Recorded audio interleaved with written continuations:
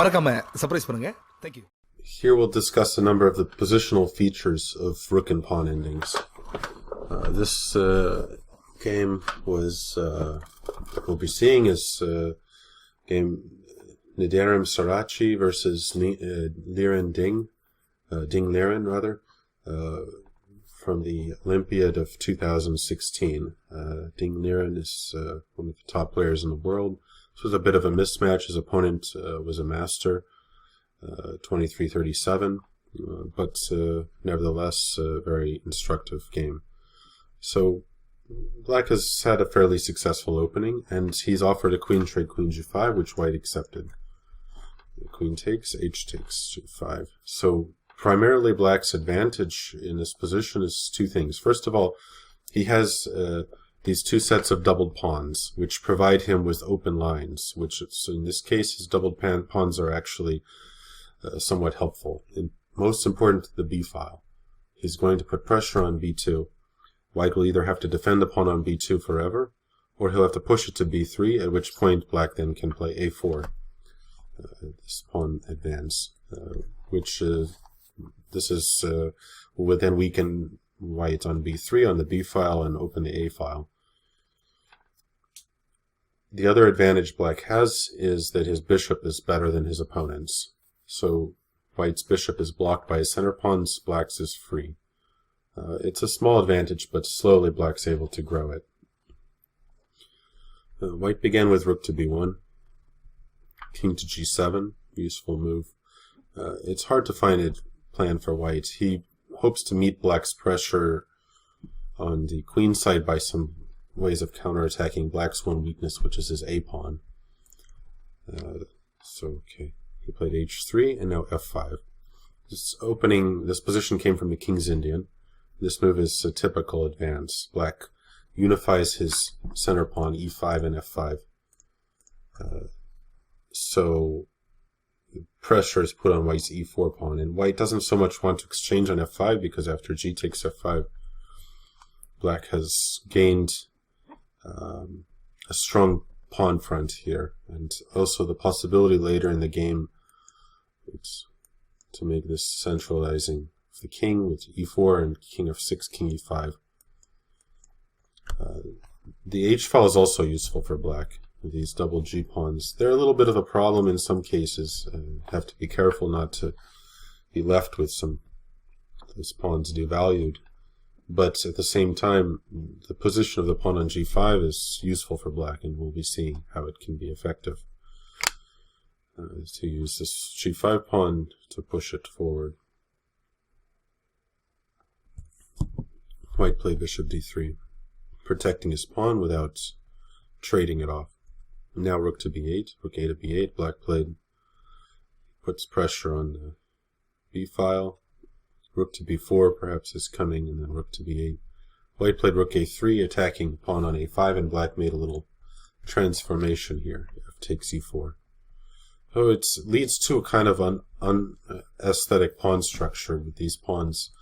But the thing is, he's later going to follow up by bishop f5. And White's ultimately won't be able to maintain this tension, and turns out that he ends up exchanging on f5, fixing Black's pawns and improving Black's structure. But otherwise it was very hard for White to maintain his hold on e4 in this type of position. So the other point is to divert White's bishop from guarding c4 and allow Black to play rook b4 with tempo. So here, pawn on c4 is under attack. Bishop d3, bishop f5 is not very effective because now the bishop, which is guarding the pawn, is attacked and pinned. So a move like b3 is only a move that really could be made by a computer or a complete beginner in chess, because the rook on a3 has some serious objections to this move. After rook a8, White is completely without his rook on a3. It's not absolutely simple, because Black also has to keep rook on the a file, but really with a rook on a3 it should be really serious problems for White. And also a4 is always hanging over his head, and basically he's without that rook, so that should be bad for White. It was worth considering taking on a5, allowing rook takes c4, and then white would play f3. White's passed a pawn is not very effective, but at least he gets his rook into the game. He probably didn't like this because black has such great centralization. After bishop f5, for instance, black threatens to win a pawn on e4, and if white trades on f5, then g takes, and now this pawn is likely to fall, while black can protect the c7 pawn. Nevertheless, there is some counterplay possibilities for white in this kind of position. But it looks bad for white on the surface, at least. So he played rook to c3, the only other way to guard the c pawn. Rook c1 would drop the b2 pawn. Now came bishop f5. Black put some pressure on the bishop, trying to induce white to exchange on f5. And white retreated the bishop to c2, not wanting to do that, although he ends up having to do it anyway. It doesn't make a difference if he takes it right away. It should lead more or less to the same position. If he played f3, then he most likely didn't like that black would take on e4 and then play rook f4. And the pawn on e4 is under attack, and each way of guarding it by white's rooks drops another pawn. So this is losing for white. So he played bishop c2. Now came a4. And probably white had some deep think here, trying to find a way to solve his problems, because rook f to b8 is coming, and after b3, black will gain the possibility of trading on b2 and then taking on b3 and winning a pawn in that way. And it looked likely that black would at least have good chances to win that ending, but also black can also maintain the tension in various ways. So he can force b3 and then put the rook on the a file, and at the right moment to take on b3 and invade on a2. So white came up with an idea to get some sort of counterplay here. So what he did is he now took on f5, which looks inconsistent, but his idea, is to try to make some exchanges on the queen side. And if he did immediately played a3, then the problem was that black could take on b3, rook takes b3, and then bishop takes c2, rook takes c2, and then rook b3. And black occupies this point and prevents white from pushing the b pawn, and then the pressure grows with rook to b8, and white can't hold this position really. There's too much pressure on white's position. So if he can't keep his rook on b1, because after rook f to b8, then rook takes a3 becomes possible. So he would have to defend on the second rank with some passive defense like this. But then black has ways of increasing the pressure, such as rook to d3, with the other rook coming to b3, and then maybe rook to d4, and eventually e4, and the king coming up. Also, when rook comes to d4, black gains possibility of g4. So it's very difficult. It's very difficult to hold this passive defense. So white didn't want that. So he traded on f5. G takes, of course. Black improves his pawn structure. And now a3. Now rook b3, white will take it. So the rook retreats, and then b4, which was white's idea. He wants to relieve himself of this backward pawn on b3, on b2 rather, and gain some counterplay on the queen side. So here, Ding Liren made a decision to take on b4, leading to a special kind of position where he'll have a passed a pawn, but white will be blockading it. And it's a question of whether black can really break through. Maybe in the long run he can. It's hard to determine, but it was definitely worth considering after b4 playing a takes b3. And instead just playing this position and then e4, making a route open for the king to come to e5. And black is willing to give up the c7 pawn in a lot of cases, but in most cases he'll also get white's a3 pawn then. It's a passed pawn, but it can be, it's not a very strong one. So if, for instance, rook b7, king f6, rook c7, king e5, black is ready to go rook a8, winning the pawn. In fact, he could have already done it. The pawn will not stay forever, but also then king can come to d4. It's I think, probably losing for white here. He can try to look for some counterplay with rook to g7, but black is taking c4 and d5. And his center pawns, I think, should be faster. Or if we go back here, it's white can look at after e4, he can look at a4, but then here rook a8, I believe in rook a3, rook a5, and now again the black king will get up here, and although the black rook is temporarily in a bad position, white can't push his pawn any further, and by the time the black king will get to c4 in time. So it looks like king f1, king f6, king e2, king e5, and the king reaches d4 and takes the c pawn. If king e3, of course, f4, and then king d4. So this kind of thing was worth considering. There's some complexity to it, of course. It's not clearly winning for black, but it was definitely worth considering. But Ting Liren chose to take on b4 and create a passed a pawn, which white will have to blockade passively with his rook. So he took with the a pawn. If he took with a rook, this would be very simple win. After rook takes b4, a takes b4, rook a8, and here white has to passively blockade the pawn with rook a3 and then e4. And once again, the black king comes up. White needed to keep both rooks so that one can blockade the pawn, the other can be used on the d file to bar the black king's way. So here, black king would come up to d4 and just take white's pawns on c4, starting with the c4 pawn. So instead, white took back with the a pawn, avoiding the exchange of rooks, and now rook a8, threatening a3. This step would be a decisive step, so white has to block the pawn rook a3, and now e4. So it was clearly the pawn is going nowhere. In fact, black might have to defend it with his rooks, so it's possible that all four rooks can be tied to the a file. White can alternatively attack the pawn with rook a1 and also use the a1 rook in other ways, because still black can't push the pawn always with the rook. It will stay on a3.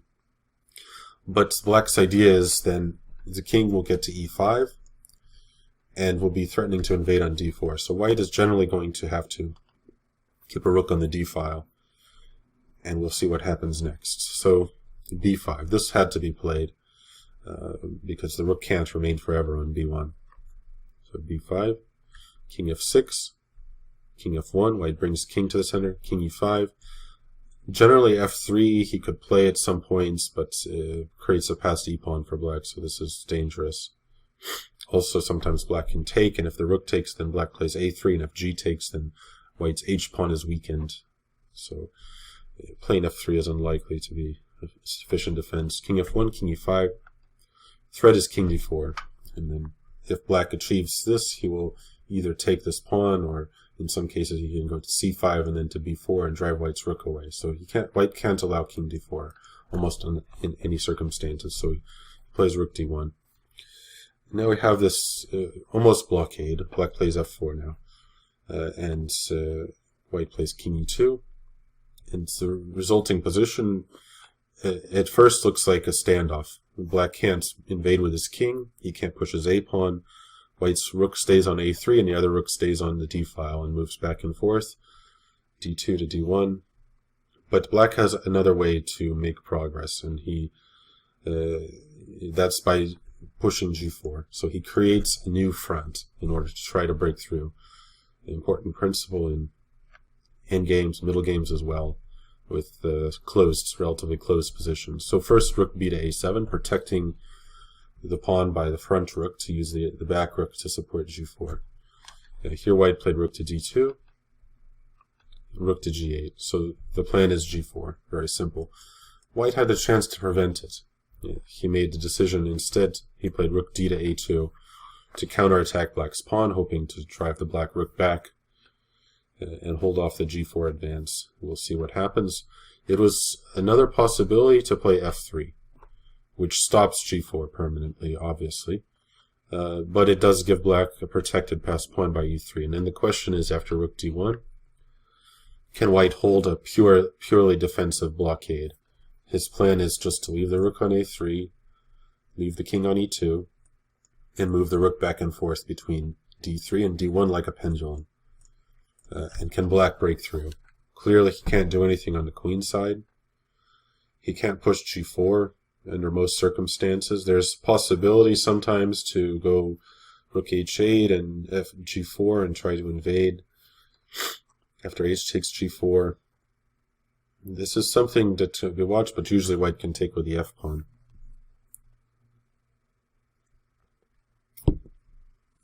So that doesn't seem to work, but so the only plan I can see, though, for black is, it's hard to find, but you can try to bring the king to g3.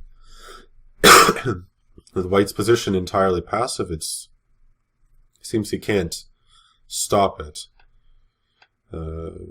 Once the king gets to g3, then white will have to defend the g-pawn with by moving the king somehow. He'll have to set up a new defensive structure, maybe with the king on f1 or perhaps the king on d3 and rook on e2. But black gains new possibilities in such a scenario.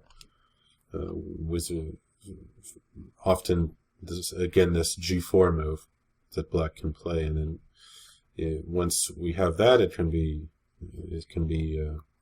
some ways of making progress. Although it's possible that in the long run, for deeper examination, that white can actually hold such a position. I'm not sure, but white decided not to do that and instead played rook d to a2. I would say that this was inferior, though. I think after this, black's win is relatively much simpler than if white had played f3. So what's going to happen is black is going to give up his a-pawn, but there will be exchange of rooks, and black's king will indeed get to d4. And black's centralization will turn out to be the crucial feature of the position. So here, rather than obviously passive defense by rook to a8, white would just return the rook to d2 with a repetition of moves. So instead g4, black played. White took, rook takes g4, and now he took the pawn on a4. Trading this pawn for the g-pawn. We can ask ourselves, it's important to ask, if white just plays king f1, protecting the g-pawn and preparing to take the a4 pawn without giving up the g-pawn. This was important variation which had to be calculated. Black would play rook h4. And now, if black plans to check on h1, of course. So if king to g1, black has a very nice win now. If white tries to stop this, rook a to a8. Just rook to a8.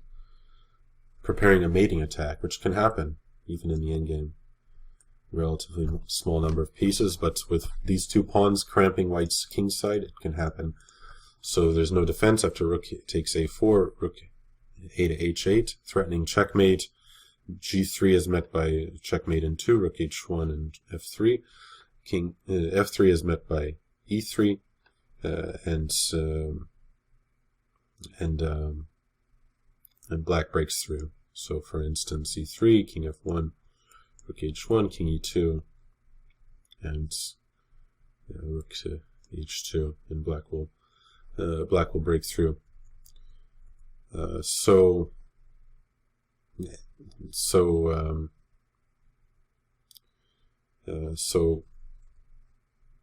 instead, if white plays rook takes a4, instead of leaving the king free to come to e2, check on h1, king e2, rook takes a4, rook takes a4, rook to b1, with an interesting position. Black is down a pawn, actually, but looks like white is in big trouble, probably losing, because black's centralization is so powerful, and the rook is much better placed coming to b2.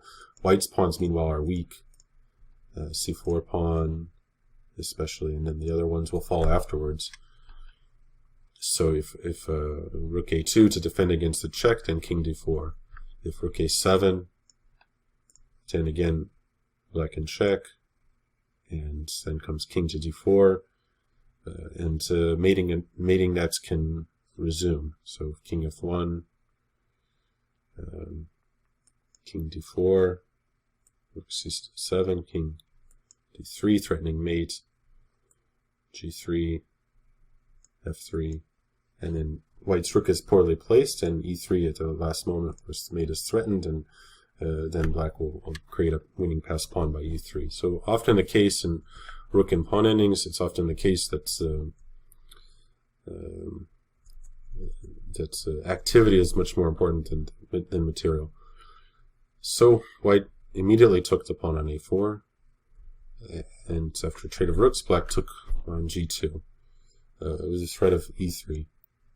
So white played king f1, only good defense, and the rook retreated. Again, it's equal material, but these little trio of pieces are a great force for black. The white pawn on c4 is weak, and white has problems with the back rank, actually, because sometimes f3 is going to come. And these two pawns, so famous from the King's Indian, even in the endgame here, are a great danger to white. f3 can create mating threats, and then e3 can create a deadly pass pawn. White played rook a7, so he hopes to attack to tie black to one weakness on c7 that black has to deal with. Rook c8.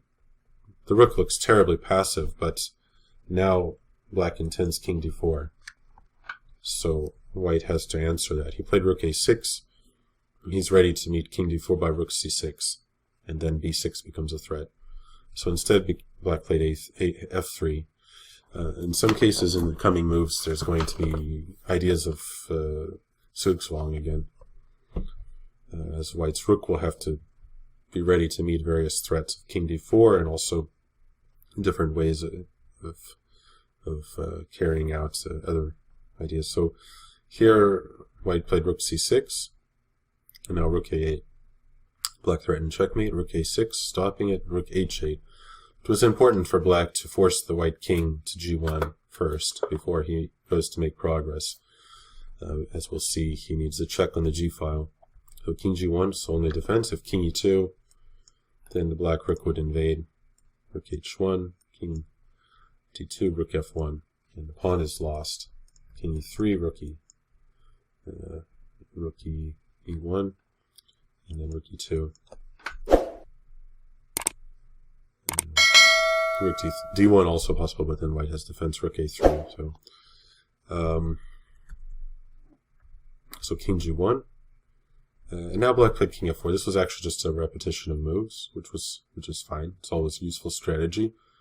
Black threatens e3 here, so white was able to defend with rook a4. He has to be ready to meet this threat of e3 by c5 check, the only defense. If instead rook a7, then e3. White's rook is badly placed. Pawn can't be allowed to go to e2, but if he takes, then king g3, and next comes f2 and rook h1. So white played rook a4, only defense against e3. Black just went back with the king. Now white moved the rook to a7. Okay, he could repeat moves by rook a6, but then black would have gone king d4, and would reach similar position as in the game. So rook a7 he played. Now black again went rook c8, passively defending the pawn. He can't put it on h7 because b6, so he has to beat rook a7 with rook c8, and rook c6 with the rook defending on the rank, on the 7th rank. It looks passive, but it's really white who's doing, let's say, a kind of passive attacking, because he has to always watch for the deadly king d4. He can't allow this move, so he has to be ready always to meet this. He played rook a6, and now finally king d4. There was no stopping it, though, at this point. Black just defended passively.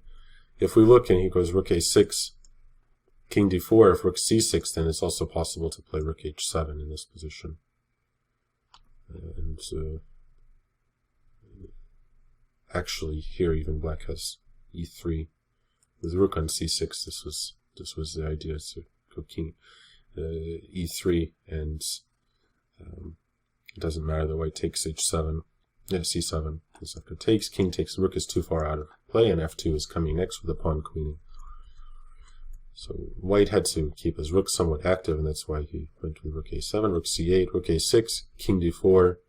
So rook c6 here would allow black to, once again, to make this breakthrough. First rook g8, king f1, rook h8, king g1, and now e3. And it's the same as we just saw. F takes, king takes, and there's no defense against F2 and the pawn queening. So he played rook A4. This way, E3 can be met by checks on the rank. Even C5 also takes, and rook A3. White's able to deal with that threat. But now comes problem is that white runs out of tempi. He falls into zugzwang. King D3. First, black makes this tempo move. The rook has to stay guarding the c-pawn. So white has to make a move with the king. Rook b4 is possible, but then we'll see what happens next. That's black's intention to draw this, to force this move. With king f1, rook h8, king g1, and now another tempo move, rook h5. He doesn't want to immediately go with king c3 because it doesn't attack the rook, so white has the possibility of c5 with some complications, although I think it's still winning for black, opening up the attack on e4. So instead he first plays rook h5, which he anticipates the rook will be useful, as we'll see on this fifth rank, and puts white into zugzwang. The king can't move back to f1 because of checkmate. If the rook moves away, black will take c4. So, for instance, rook a7, king c4 will be the same position as was reached in the game later, if transposition. So the only other move is rook to b4, but this allows king c3 with tempo. So always best to be accurate, as accurate as possible. There was no need to allow that c5 possibility. Here we were able to get the king to b3 with tempo. Rook to a4, otherwise black takes c4, then king b3. Attacking the rook, rook a7, and now king takes c4. White takes c7, king takes b5. And after all that, black has won a pawn, but white's still passive. Black has only won a pawn, but d5 pawn is falling next, and so rook e7 was played, and then rook e5. Black anticipated this. Okay, it was possible to play rook h4 as well. Then white would go rook c7 and cut the king off, so instead rook e5, but here white resigned. Since the trade of rooks obviously is losing, black will take the pawn, and otherwise black just takes the d pawn with a rook, and with two extra pawns it's easily winning position. So white resigned.